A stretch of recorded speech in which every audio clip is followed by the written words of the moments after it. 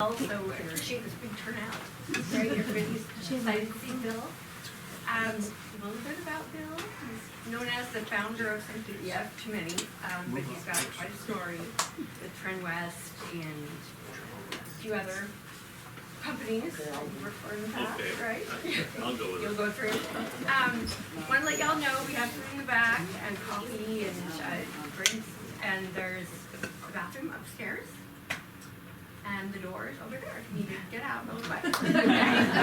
So I'm Stacy, by the way, and Bill Peare. I'm Bill.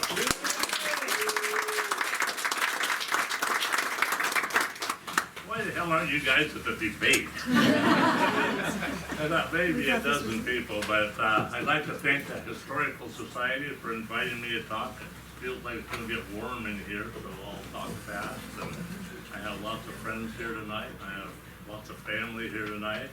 I actually have two senior managers from Trend West here tonight as a surprise. And some came all the way from Leavenworth because they've heard me talk in the past and wanted to see if I still had it. So anyway, a little bit, oh, and I have my irrigators here too. Great irrigators, by the way, Gavin and Chan. Anyway, enough of the commercials. A little disclosure. I'll be talking about a lot of dates tonight, and I'll be talking about some numbers. And it's been over 20 years, and I'm old. And I'm doing my best to come up with the right numbers, but if they aren't exactly right, I have a problem because there's a book coming out this fall called Mountain Start of Suncadia. And my co-author is very specific on his numbers. I don't want any phone calls later telling me that I was off on a date or a year or a number. So anyway, with all of that, to understand the genesis of Suncadia, you really need to understand two other companies. Because if it hadn't been for them, there wouldn't be a Suncadia. I'm totally convinced of that. So let me tell you about the first company. It's called Jell Wind, and they were they are a door and window manufacturer based in Klamath Falls, Oregon. And it was started by a fellow by the name of Dick Wind. And Jell comes from the combination of the first initials of the four founders, his sisters and Peare, which you don't care about one way or the other. But anyway, Dick bought an old bankrupt door manufacturer in Klamath Falls, Oregon, and in the early 60s. And by the time I met Dick in the early 90s, it was a big company. They were probably the second or third largest door and window manufacturer in the nation. And Dick Went was one of the finest fellows I ever met. When I met him, he was about 75. He passed away about 5 years ago. But he was one of the most conservative individuals you'll ever meet, as was his company. In the older days, when the salespeople went on their trips around the country to sell doors and windows, he made them share a hotel room. So it was always two to a room. So you're kind of getting the gist of who Dick Went was. And he drove about an 8-year-old not a Grand Cherokee, a Cherokee, and he wore old tennis shoes. Anyway, he's just a fine fellow. And even though he was as frugal as he was a great community believer in Klamath Falls. And so he did a lot of things in the community, including when a friend would show up in a small business and say, I'm in financial trouble. I forgot to mention, Dick also, through Jell Wind, had a majority interest in the local bank. So Dick would go to the bank and he would tell them, I want you to loan so-and-so so much money. They said, God, Dick, the guy's going broke. I don't care. So anyway, over a period of several years, these various companies would default, the bank would close them up, and Jell Wind would end up owning them. I know this is getting confusing, but I am leading to a point. So anyway, in the meantime, Jell Wind ended up owning half a dozen or more small companies. They had a brickyard. They had a car dealership. They had a 3 hotel chain. They had a company called Eagle Crest Resort in Central Oregon. And all of them were in trouble. And they had a fellow by the name of Harold who ran these companies. And Harold comes into the picture later, so I need to mention his name. Harold called Milt Colt and myself. Milt was the founder of 1,000 Trails and Horizon Airlines, and we were doing a resort in Sun Valley. And the original developer of Eagle Crest called and said, we're in serious trouble. Could you come down and give us some help? So Milt sent me down. Milt often did. He was not the guy that was going to do the work. Anyway, when I go to Eagle Crest, it was a very easy fix because, as usual, it was management. So we fired the management, brought in new management, and the resort exploded. And Eagle Crest was a unique resort because it had a timeshare component as well as home sites. And so anyway, we turned it around very quickly, and about 3 or 4 months later, I get this call from Harold. He says, we want to start another vacation company, but we want to do it as people vacation today. And they made me an extremely good offer, and so I agreed to go work for them. And I hired 2 fellows, a fellow by the name of Jeff Seitz, who was with us at 1,000 Trails and Horizon Airlines, and a fellow by the name of Mike Moyer, who was with me at 1,000 Trails in all seasons. So the 3 of us spent 6 months trying to figure out what the hell a timeshare business really was and how do people vacation. And we surveyed over 5,000 people who either owned timeshare, wanted to buy a timeshare, hated timeshare, everything in between. We came up with a concept that basically said people like to go to short vacations, 3 to 5 hours away, most of the time. Once in a while, they would go on an exotic vacation. So we developed the concept around that. Now, when I met with Harold, he had told me that they were willing to fund the company with $2 million, which seemed substantial. So we spent our 6 months, we put the plan together, we registered everything, and we're ready to go buy resorts. So I called Harold and I said, okay, need some money. He said, well, I can only give you $300,000. That's a strange situation. So anyway, we ended up getting the $300,000 and we bought 1 condominium at the Outer Crest in Oregon. We leased a condominium at Eagle Crest in Central Washington, and they threw in a hotel room that we could use when it was available. So that was our concept. And the first 4 months were a struggle. People would go home and read what we'd sold them and said, you gotta be kidding me. They own only 1 condo and cancel, of course, because they had 3 days to do that. So in about 5 months, I get this call from Harold that I need you to come down to Klamath Falls. Now Klamath Falls by then, because they liked Klamath Falls so much, they did everything out of Klamath Falls. So it was a 6-hour drive to Klamath Falls, and I go in, and Harold says, I got to tell you something. He says, Joe Wynn doesn't know they own you. What are you talking about? I said, well, I kind of thought I'd start the company for Joe Wynn, and then it'd go so well that Joe Wynn would be excited, but it hasn't gone well, and you need to meet with Joe Wynn. I don't mean to go on about this a long time, but it's important to understand this because that almost didn't happen. I walked in expecting to be fired, and Dick went. Still love the guy. He says, well, I don't mind telling you we're a little disappointed. You're spending a lot of money and we're not getting any return. I said, well, I've got 1 condo, I got 1 hotel room, and I got a leased condo at Eagle Crest. I said, it ain't gonna work unless you give me some money. He said, how much you need? I said, I need $1 million. He said, done.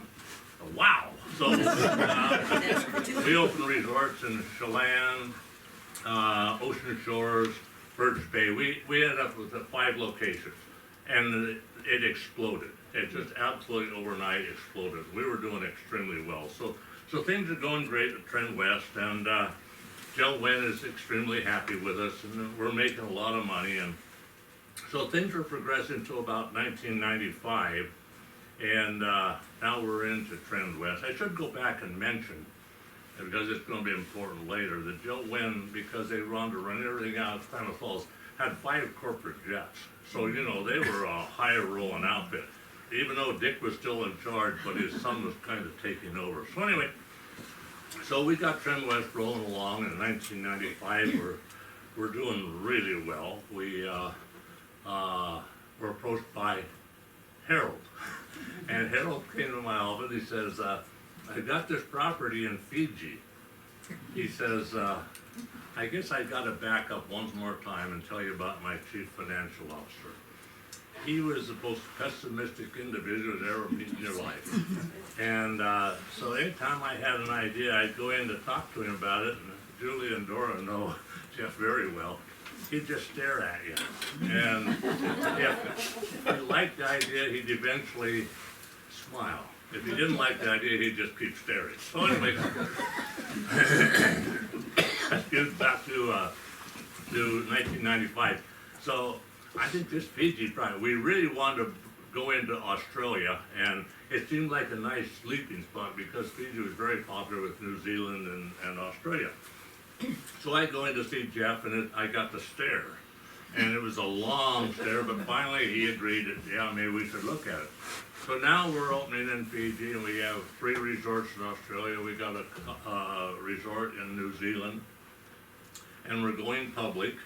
We're now in 6 countries, and we're in 10 states, and we're getting stretched. We were doing about $600 million a year in sales. We had 7,000 employees. I mean, we have regional offices all over Hell's Half Acre. We went public. So as a public company, our commitment was basically that we would grow about 20% plus per year. But when you get to that point in growth, it starts getting really, really tough.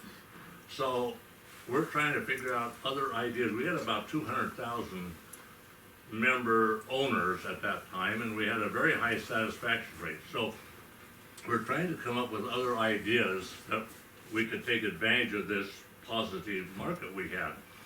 So we had developed a 4-week package where they could go 1 week each quarter, and that worked pretty well. And I got to thinking, you know, what if we had motorhomes? You know, they could use their credits, they could use a motorhome. So I brought a company in, they did a study on it, and they did the pro formas. And I go into Mr. No, and I say, hey, what do you think if we got motorhomes? The stare, the long stare. And he says, what if one breaks down in Mississippi? Who's gonna go fix it? So anyway, so about a month later, there was a little cruise line in Seattle. I think it was called Argosy. They had like 2 or 3 ships and about 70 staterooms each. And you know what? We should buy those because then they can use those to go on their vacation tour around San Juan Islands and to see Jeff. And the long stare. And finally, well, what if one of them sinks? Double dam. No ships. So this is now where I get the chance to talk about Suncadia. So I get a call, and it was from the previous developer of Eagle Crest. And he says, I need you to look at a property in Cleellum. I said, what's in Cleellum? He says, there's a beautiful property there, and you guys need to build a resort there. I said, well, why the hell doesn't Eagle Crest build it? He says, well, I won't tell you the rest of that. He says, the GM turned them down. Plum Creek brought it to them. They wanted to do a joint venture, and our GM said no. So we want you to come over and look at it. So I said, geez, I don't know anybody that wants to vacation in Cleellum. So anyway, the developer came up, and the golf pro and the groundskeeping manager, the 3 of them showed up, and we met over here at the property. And we toured it, and it's beautiful. And there's nobody in this room who won't agree that that is a beautiful property. I said, yeah, this is really nice. I said, and how come Plum Tree's selling? She says, well, they're getting out of this business in this part of the country. I said, okay. I said, yeah, we'll buy 640 acres, and we'll put in a little golf course and some condos, and yeah. They said, no, you gotta buy it all. I said, well, how how much property is there? He said, 7,500 acres. I said, you gotta be kidding me. He said, what the heck am I gonna do with 7,500 acres? They go build a big monster resort. And I said, no, I'm not. They said, yes, you are. And I said, well, 640 will be about the most we could handle. So I go back to Seattle, go into Mr. No. Hey, I'd like to buy 640 acres over in Cleveland. And of course, he said, why? And I explained it. He liked it. He actually smiled. Anyway, we had an acquisition team, 3 guys that did all our purchases, and I told them, I says, get back to Plum Creek, tell them we'll buy 640 acres. Sean knows this story well, don't you, Sean? So, anyway, acquisition came back, says they don't wanna sell 640 acres, they wanna sell it all at once. No possibility. Okay, go back and tell them, my signature authority was 5 million at that time, before I had to go to the board of directors. So I said, go back and tell them we'll buy half of it. We'll buy 3,000 acres. That was a little over 6 million. I went to the board and gave them a presentation. They thought, well, yeah, that could work. We were gonna buy everything north of the river. So, I got board approval and we went back to Plum Creek and they asked my acquisition guys, what part of no did you not understand? We are not gonna sell half of it, we'll sell it all. So they came back, I got problems now. Because I really like the property. You know, there's no adage, don't ever fall in love with something that you can't afford to buy. We're talking $15 million now, and I'm thinking, I'll never sell this to the board. So I go back to the board. At the time, we had a study done on the timber on the property, and I told the board, I said, there's $18 million worth of timber on that, marketable timber on the property. We're only paying $15 million. They said, well, we don't get the permits. Says then we break it into 5-acre parcels and we'll still make $10–15 million. So they flew up. They had to come up in Klamath Falls in one of their corporate jets and we toured the property and they loved it. So we made the offer. We went into a letter of intent with Plum Creek to buy the property for $15 million and they wanted the right to log $500,000 of logging off of the property. This was like a Thursday, we signed a letter of intent. And so I thought, God, we've got to keep this quiet. So I rented space about a mile from our corporate offices and for a planning center. And kind of a sidebar to this, because we were trying to keep it a major secret. A friend of mine came into the corporate office one day and asked for me, and the receptionist says, well, he's not here, he's over at the planning center. He said, oh, what's a planning center? I said, oh, that's Project X. I said, Project X, oh, it's a property they're buying from Plum Creek. So that didn't work out real well either. So anyway, this was a Thursday, we signed a letter of intent. Mike Moyer, who many of you in this room know, and I drove over to Helensburgh to meet with the chairman of the county commissioners, Ray Owen. And on the way, I get a call from acquisitions. Plum Creek was backed out of the deal. They had a buyer out of California. So we go over and meet with Ray and we tell him the story, and probably a lot of you knew Ray. He stomped around, he's cursing about those Californians, and it goes on, and by God, we're not gonna allow them. Anyway, so, he told us about 3 other properties that we should look at, because now we're really focused on having a resort in this area. And we looked at, what's the old Black Angus Ranch, we looked at that. Nothing compares to Suncadia, nothing. I don't care where you go in this state, there's nothing compared to Suncadia. So we're all depressed, we get back to Seattle, and Monday morning, my acquisition guy comes in and he says, the Californians backed out, we're back in the deal. So, on that Monday, now we've got a deal with you. So, I told Mike Moyer, again, some of you know him, Mike was, he was senior VP of regulatory, legislative, legal, and something else. Anyway, I called him in and I said, Mike, you're gonna spend the next 3 years in Cleveland. You can buy a house, you can rent a house, or you can commute, but for the next 3 years, you're gonna be in Cleveland, which he loved. So I said, I want you to put together a consulting team and let's start planning this resort. So about a week later, I go to the planning center. Oh, Mike told me, he says, I've got all the consultants put together. why don't you come on over to the planning center and meet them and we'll talk about your vision. So I go in, there's 15 or 20 there's 15 or 20 of them in there. I'm adding up the dollars, $100 an hour, $100 an hour, $400 an hour, $600. I said, holy cow, what have we gotten ourselves into? So anyway, I go around the room.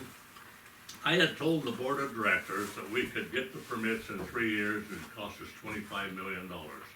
So I'm going around the room and I'm asking each one, how long is it gonna take to get it? Everybody said 25, or 3 years, except one guy said 6 years. I damn near fired him right there, but unfortunately he was the one that was right. Anyway, we start the process, we start the planning, and it's horrendous. I asked the group, I said, okay, what are the problems going to be in developing Suncadia? They said, you've got 3. One is water. You've gotta have the water for it. Secondarily, the Yakima Indians will fight you all the way. And third, there's a little group in Roslyn called the Ridge Group, and they are vicious. Well, okay, let's take it on. So, anyway, Mike came over to, Mike, by the way, I should mention, Mike Moyer was a past Jesuit. He was studying for the priesthood and ended up marrying a nun, so. but that's neither here nor there. Very, very intelligent guy and a very personable guy, which was the right guy to have over here. And in his earlier years, he had taught in the Indian schools in Montana. So he goes over to meet with the Yakima Indians. The chairman of the Yakimas, he had taught in Montana when he was a kid. The Yakimas were the most supportive group that we had. They worked with us on everything. They told us what they wanted, and we agreed to it. Our goal going in was approaching the ecology of the resort on the highest possible level. We first of all set aside the 1,200 acres on the river corridor, so nobody could go down and build or use theirs. We took every effort we could to make sure the ecology was as good as it could be. So anyway, Yakima's great neighbors. We had, once we signed the letter of intent, we'd send a water rights attorney over to this area and with the charge to buy up every water right he could find, which he did. Suncadia today has more water than they need because of his efforts 25 years ago.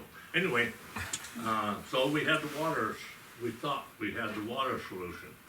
But we didn't plan on the attacks we had from the Ridge Group, because they just were merciless. And I have no consideration for them whatsoever, because our whole goal was in protecting the environment.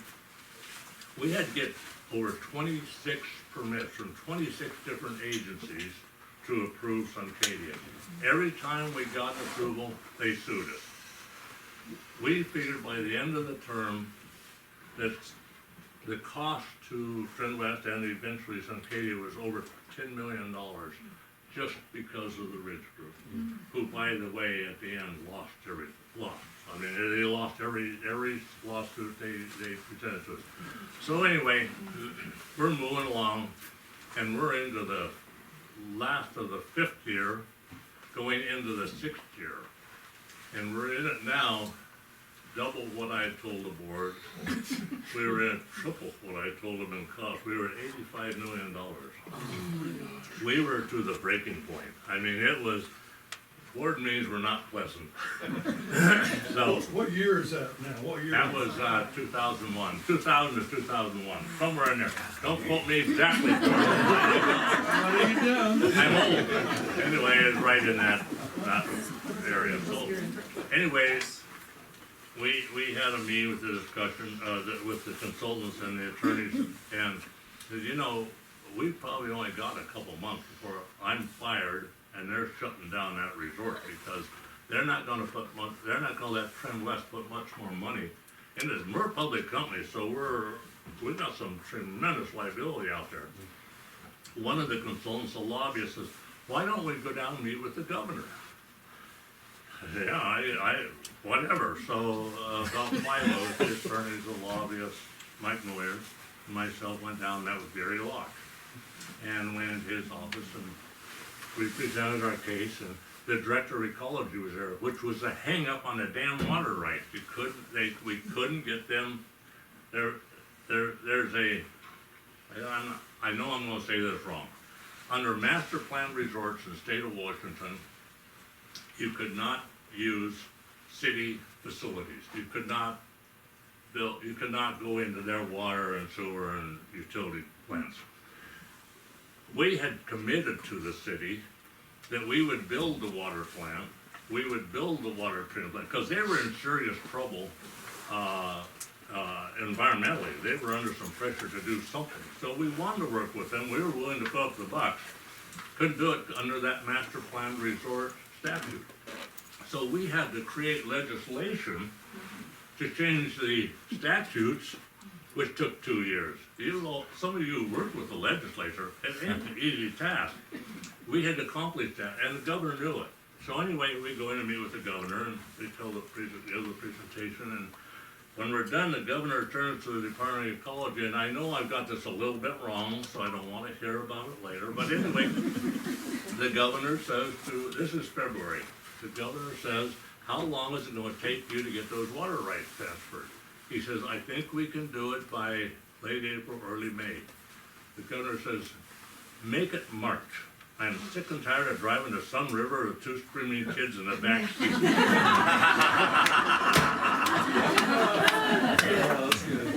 And it was a turning point. We got our final approvals to the county about probably April, maybe early May of that year. And we had a preliminary plat on 500 lots, which was going to last us 6 months. And so we brought in a portable sales office and brought our sales team from Thousand Trails over. And we had an outside company, a research company, tell us what the pricing should be. And when I saw it, I think these are a little low. So I added 10% to all the prices on the lots, the 500. And the first week, my sales manager called and said, you better get your ass over here, because we're running out of lots. I said, what do you mean you're running out of lots? We got 500 of them for God's sake. He said, no, we're selling 10 a day. So I got back over and raised another 10%. And we sold out on the reservation those 500 lots in 6 weeks. That's how popular Suncadia was at that time. So the end of the story, Joe Wen was the majority shareholder still, even though we were a public company, they owned 80% of the company. And they decided they wanted to sell Trend West and get out of the resort business. In fact, they wanted to get out of the brickyard and the dairy, and they wanted to get out of everything and concentrate on the door and window business. The old man had retired and the son had taken over, and so they decided to sell Trend West. And interesting sidebar again, the day that Ascendant Corporation was a buyer, the day they were coming out to make their offer, I was driving to Seattle, heard on the radio that 9/11. So anyway, nothing happened. So about 6 months later, Ascendant called again and said, we'd like to reopen negotiations to buy Trend West. So they came out, they spent a month going through Trend West, and they flew to Australia and looked at our resorts there, and they flew to Fiji. They went all over the place. It was crazy. So, and it tied up a lot of management time. So anyway, the chairman of Ascendant came into my office. He says, well, we've got a deal with Joe Wen, but we do not want Suncadia, which was still Mountain Star at that time. That says, we're in the franchise business. We don't want equity. We own Coldwell Banker, Ramada Inns, Avis Rent-A-Car, and they're all, we don't put up the cash. The user puts up the cash, and we just don't want the price. Okay, let me at least drive you over and tour it. So, and he was a great guy. So we drove over to Mountain Star and drove all over the property, and we got out to go back to Seattle. And it was obvious he was very excited. I said, well, what do you think, Steve? He says, boy, he says, it's a beautiful property. I'm thinking, yeah, God. He says, but we're not gonna do it. So now it's a deal breaker with Joe Wynn and Trend West. So Joe Wynn came up with the idea of buying Mountain Star from Trend West, taking it out of our Trend West portfolio to make the deal work, which they did and which it did. So Signature Corporation, which ended up being Wyndham Corporation, Wyndham Hotels and Resorts, they took over Trend West. Well, my commitment was to stay 1 year. My plan was at the end of that year, I was going to come over and run Suncadia. That was always my dream. I wanted to run a resort. I hated running a company. I wanted to run a resort. So anyway, things were progressing along. About 6 months after the purchase by Ascendant, I get a phone call from the president of Joe Wynn. He says, yeah, we're hoping you could come down and visit with us, and we'll send a plane. Anytime they sent a plane, I was screwed. I just didn't know how much, but I knew. And they sent the plane, and so I got on the plane, went down and met with the president. He says, well, Bill, he said, you know, as you're aware, we're divesting ourselves from everything outside of our core business, and so we brought in a partner to work with us at Mountain Star, Low Corporation. Now, you can still be involved, so no, I passed. So that was kind of the transition, and when they came in, of course, they came up with the name Suncadia, which, by the way, was a great idea. I hated Mountain Star. I hated it from day one, and I just went along because everybody else seemed to like it, but I love Suncadia, and obviously it's become a great success. That's the story. What questions can I answer? No? Yes. Was there a connection between, I guess, some of those companies, Trend West and Sun River? No, No. never. In fact, it's funny, when we were doing the initial planning on Suncadia, we wanted an upgrade over Sun River. I don't mean as a reflection on Suncadia or Sun River, because it's an old project now. It's like 45 years old. We felt we could bring some new innovative ideas to the resort, and we thought we'd upper the price per lot. So no, there's no connection. No? None? George? Do you feel you were adequately compensated for your incredible foresight and efforts to make it happen? I mean, you were the stimulus, Okay, and they George. fired How you. Yes, I was. I was a 5% owner in Trend West, which was very liberal. I was extremely well compensated. I had a great bonus program. I gotta tell you one short side story on Joe Wynn. I just love the old man. He was a grinder. At Trend West, every employee shared in profit sharing. As long as we made 20% profit, it was broken up, and if you were a new employee, been there 90 days, you got 1 share. If you'd been there a while, you might get 10 shares. But you got there every month. So everybody in the company shared in the profits. At Joe Wynn, Dick would call his senior people in for a 1-day meeting, and he would explain to them everything they'd done wrong for that year and how much their bonus was going to be. Which is if you go back to the 1860s, you would have found that kind of a bonus program. So that's I say. Oh, George, yes, I was yes, they treated me extremely well. Yeah, here's the one other side note to that. Hillcrest turned down a resort, right? I mean, they turned down Plum Creek. The 3rd year into the permitting process, my board of directors was trying to convince me to let Eaglecrest come up and run the resort. There were major fights over it, but I won every one. Other questions? Yeah. How long did it take you to recover that $85 million? Trend West never made a dime. Joe Wynn paid us, Trend West, $85 million. And I think it's probably just now starting to make money, I think. They went through a very tough time in 2008. Yeah. They also, they overspent in some areas. I wish the GM was here tonight. I don't know how many of you know Mark Ford. Thank you. Phenomenal. Best thing that ever happened to Suncadia. Doing a great job. if they'd had a guy like him in the beginning, they wouldn't have made all the mistakes they made after we left. And it's easy to throw stones, but they did a lot of things right too, but they made some major mistakes that cost them millions, so. Anyway. Like what were those mistakes? Pardon me? Like what were those mistakes? Like- To say, what were those mistakes that caused them? Well, where do I start? The lodge, for one thing, was the cost overruns on the lodge were almost $40 million.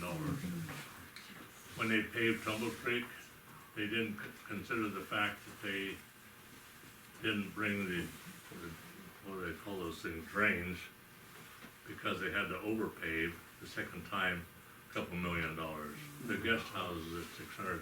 I mean, I'm not taking a shot at that. They pulled it off, and we have a phenomenal resort because of it.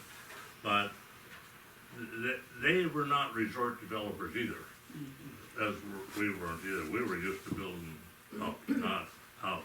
So I can't take shots at them because it turned out great. Any other questions?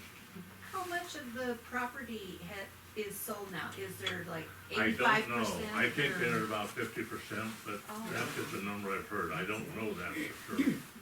Greg, Yes, was the village and swimming pools in your original thoughts? yes. Yes, they did pretty much, they followed our plan all the way. We would have done two things differently, which would have made some people extremely happy and some people extremely mad. We would have put 200 timeshare units in there, and we would have put 200 resident club units in there, which is a 4-week package, which would have allowed us to build a village immediately, because it would have given us the population we needed. And I don't disagree with their decision. They wanted a higher end resort, and they felt timeshare was not a very attractive component. Yes. I was gonna ask you, I think initially your plans were timeshares. And so when you initially did Suncadia, did you issue timeshares or was it single owner lots? No, single owner plus some timeshare. It was 200 timeshare units, 200 resident club units, and the other 5,000 or thereabouts would have been home sites. And the timeshare and the resident club would have been in the core area. One other thing we had to look at is, we probably wouldn't have been able to pull it off, but actually there was an old railroad bed from Cle Elum, actually right up to where the hotel is today. We actually had done a study on running the railroad from Cle Elum up to the resort and back. And we actually had found the steam engine, and we had brought the Disney Imagineers in to do the robbing of the train and all of the things that go with that, which would have been unique. And, but I'm not sure we'd have pulled it off either. It was pretty expensive, so. Any other questions? Yes. Can you talk a little bit about like the resort with the hotel and then the private home sites, and was that sort of a unique structure for the resort envisioned at that time, or was that common, or how did that fit with sort of the timeshare vision, or?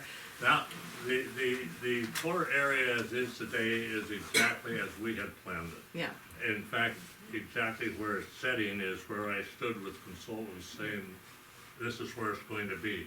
One thing we would have done differently in our original plans is, if you're in the hotel, if you look off to the right, we would have put a big deck out there over the cliff. So that people could, the problem with that was the wind, but we thought we had that problem solved, but they decided they'd go smaller and more to the interior of the hotel. But no, the core area, including where the village is going to go, is all in our original plan. One other question. You have the owner of the property, and then they bring in hotel managers, right? Yes, And there's been a series of hotel managers. yes. Hyatt, I don't even know, is it Hyatt right now? Is what? Is it Hyatt right now? That's my understanding. But how many have there been? Do you have any feel? No idea. Okay. George, I ignore the resort as much as possible. Well, That's you know nothing about negative. the It's just not my Duck style. I don't know. Thank you.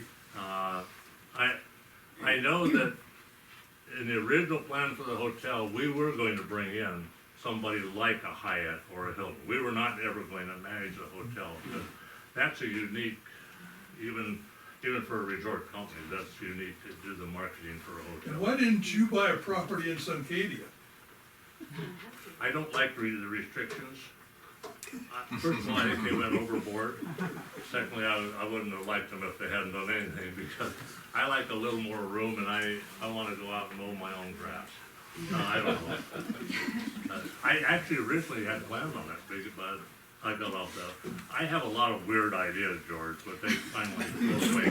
Fortunately, I've got a CFO that keeps me in line. Or did. Any other questions? I have a question about the Washington State Horse Park. Was that property originally part of the Suncadia Yes. land? I'm glad you asked that question. The day we were able to announce that we bought the property, the non-disclosure was over, and we announced the next day, these 5 people walk in and to the corporate offices and ask for me, and they said they were from the Washington State Horse Park, which I'd never heard of. So anyway, we met in the conference room and said, yes, we're the Washington State Horse Park. I said, well, who are you? Well, we're a group that's trying to develop a horse park. And we understand you bought and we'd like to know if you would consider donating a couple of 100 acres. And I said, and you'll have 10,000 visitors a weekend, and it'll be great for the resort. I said, yeah, we'll do it. I then had to go to the board and tell them what I thought. Anyway, they were there the next day. Yeah, and it's in the UGA. The other thing I guess I should mention is that you have the main resort, which is basically 6,400 acres, and you have the urban growth area, which is 1,100 acres. We had planned on developing them simultaneously. We were going to do that as a affordable income, and for people who still want a place in the area but didn't want to spend the money for Suncadia would have an opportunity to buy over there. And we were planning an 18-hole mid-iron golf course there, community center, swimming pools, and actually we were looking at a small boutique hotel there as well.